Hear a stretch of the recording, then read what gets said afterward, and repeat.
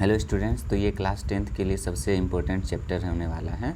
इसमें से कई बार प्रश्न परीक्षा में आपके पूछा जा चुका है, तो इस चैप्टर को हम लोग पढ़ते हैं। आगे बढ़ते हैं। इस चैप्टर में हम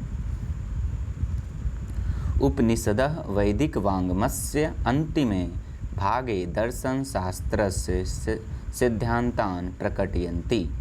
उपनिषद के वैदिक वाङ्मय के अंतिम भाग के दर्शन शास्त्र के सिद्धांत को प्रकट किया गया है। इस पाठ में जो चैप्टर लिया गया है मंगलम, ये हमारा उपनिषद के वैदिक भाग के अंतिम भाग से इस पाठ को लिया गया है। देखिए आगे क्या बताते हैं। सर्वत्र परम पुरुषस्य परमात्मनः महिमा प्रधानतया गीयते, तेन परमात्मना जगत व्यापितं मनोशासितं चास्ति।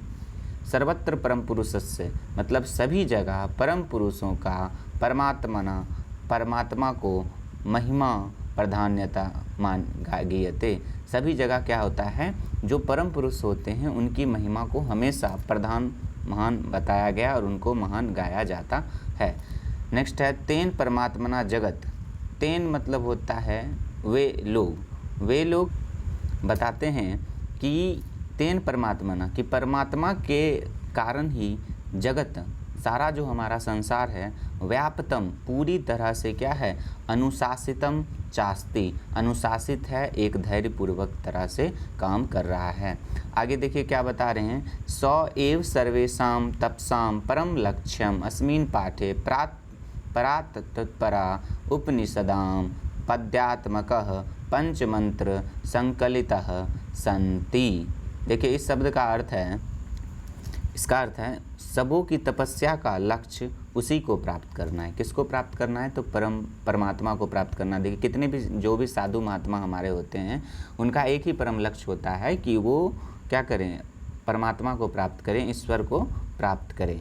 तो ये उनका क्या होता है, परम लक्ष्य होता है। अस्मिन् पाठे इस पाठ में प्रात्मरा उपनिषदा पद्यात्मका पंच मंत्र संकलिता। इस पाठ में क्या किया गया है, 5 मंत्र संकलित किए गए हैं और इस 5 मंत्र को हमें पढ़ना है। देखिए हमारा पहला मंत्र आता है। देखिए पहला मंत्र क्या है। हिरण्मयेन पात्रेण सत्यस्य अपिहितं मुखं तत्त्वं पुषन् आपावड़ेनु सत्य धर्माय दृष्टये। हिरण्मयेन पात्रेण, हिरण्मयेन का अर्थ होता है सोने जैसा आवरण। हिरण्मयेन मतलब सोने जैसा आवरण, पात्रेण मतलब आवरण। सत्यस्य मुखम, सत्यस्य अपिहितम मुखम, सत्य का जो है वो मुख जो है वो सोने के आवरण से ढक गया है। आगे बोलते हैं तत्वम पुषन् अपावृणु सत्य धर्माय दृष्टये।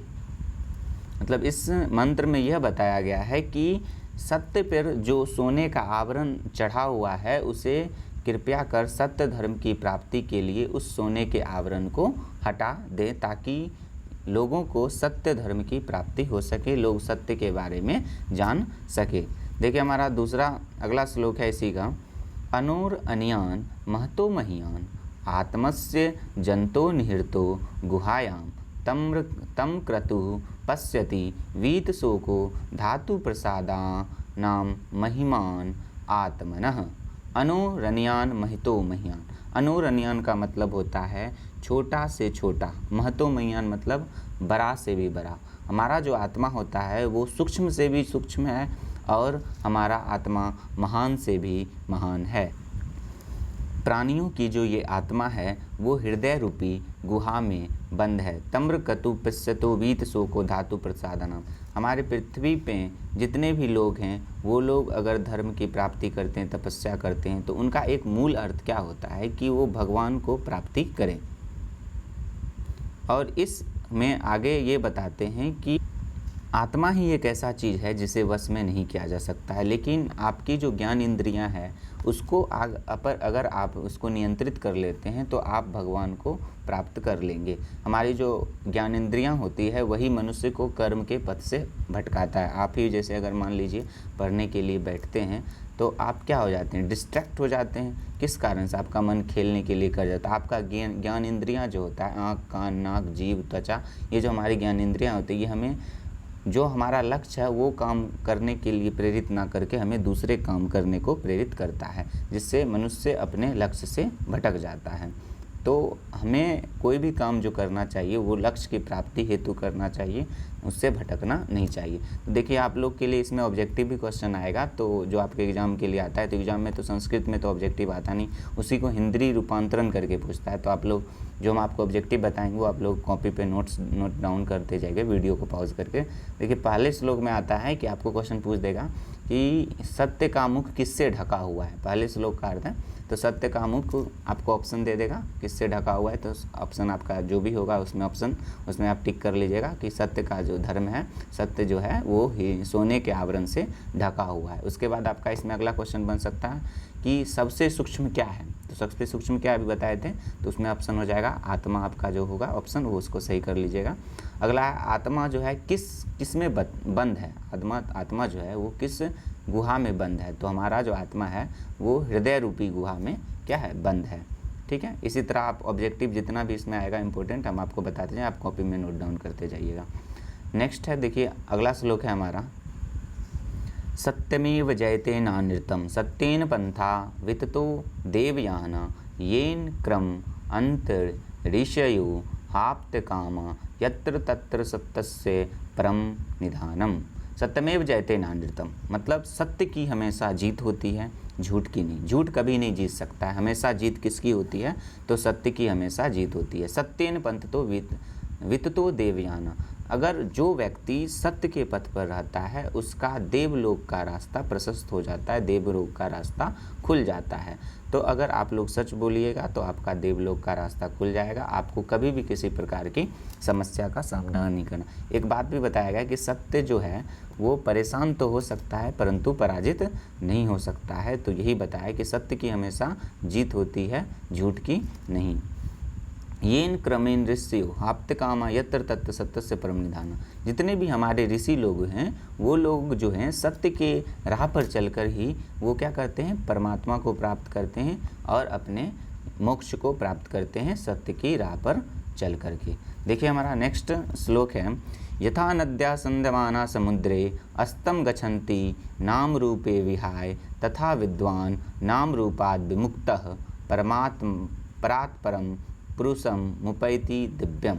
यथा नद्यः संदमान, जिस प्रकार नदियाँ बहती हुई समुद्र में चली जाती है, जिस प्रकार नदियाँ बहती हुई समुद्र में चली जाती है, उसी प्रकार अस्तम गच्छन्ति नाम रूपे विहाय, उस देखिए नदी कोई भी हो, चाहे गंगा हो, यमुना हो, चाहे कावड़ी हो, गोमती हो, कोई भी गंगा लखनंदा हो, तो जितनी भी हमारी नदियाँ हैं वो जब समुद्र में जब मिलती हैं तो उनका कोई अस्तित्व फिर नहीं रहता। गंगा गंगा नहीं रहती, गंगा अपना अस्तित्व खोकर उसी समुद्र में विलीन हो जाती है।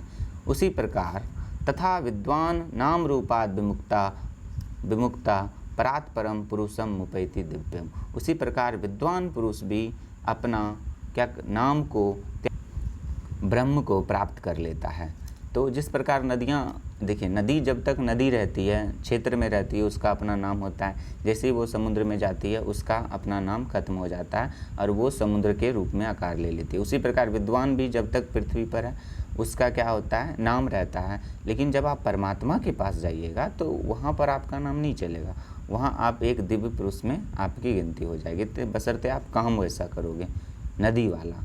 ठीक है, तो यही हमारा इस पाठ का मुख्य श्लोक था। आई होप आपको ये पसंद आया हो। अब देखिए इसमें जो अगर आपको ये वीडियो पसंद आए तो आप इसको लाइक कर लें, शेयर कर लें और इसका ऑब्जेक्टिव आप एक बार फिर से नोट डाउन कर लीजिए। देखिए इसमें पूछेगा आपको सूक्ष्म से भी सूक्ष्म क्या है, तो आत्मा बता दीजिएगा। आत्मा किस गुहा में बंद है, तो इसका लिख लीजिएगा आंसर, आत्मा जो हमारा हृदय रूपी गुहा में बंद है। ऋषि लोग किस चीज़ को प्राप्त करना चाहते हैं, तो मोक्ष को प्राप्त करना चाहते हैं। सत्य की हमेशा क्या होती है, ये भी क्वेश्चन बार बार होता है, सत्य की हमेशा क्या हो जाती है, आपको ऑप्शन दे देगा, जीत होती है, पराजय होती है, कभी हिल नहीं सकता है, तो आपका जो भी आंसर हो जाएगा सत्य की हमेशा जीत होती है। झूठ क्या होता है, झूठ कभी नहीं जीतता है। सत्य, जो व्यक्ति सत्य बोलता है उसमें किसका रास्ता प्रशस्त हो जाता है, तो देवलोक का रास्ता प्रशस्त हो जाता है। तो ये सब क्वेश्चन आपके ऑब्जेक्टिव क्वेश्चन के लिए बहुत इंपॉर्टेंट है। यथा नद्या संदमाना, इससे वो क्वेश्चन पूछ सकता है कि नदियाँ अपना वास्तविक रूप त्याग करके, अपना नाम त्याग करके कहाँ पर विलीन हो जाती है, तो कहाँ पर विलीन हो जाती है, तो समुद्र में विलीन हो जाती है। तो उसी प्रकार आपको इसमें से क्वेश्चन पूछेगा, तो विद्वान लोग अपना नाम को त्याग कर किस में प्राप्त हो जाते हैं, तो वो दिव्य रूप को प्राप्त कर लेते हैं, परम श्रेष्ठ ब्रह्म को प्राप्त कर लेते हैं, भगवान जो है उनको प्राप्त कर लेते हैं। तो आप ये ऑब्जेक्टिव भी नोट डाउन कर लीजिए, इसका इम्पोर्टेंट इसमें से यही आएगा। ठीक है, अब फिर मिलते हैं हम इसके नेक्स्ट वीडियो में, पार्ट 2 में हम अगले लेक्चर में, अगले वीडियो में हम मिलेंगे। तब तक के लिए जय हिंद।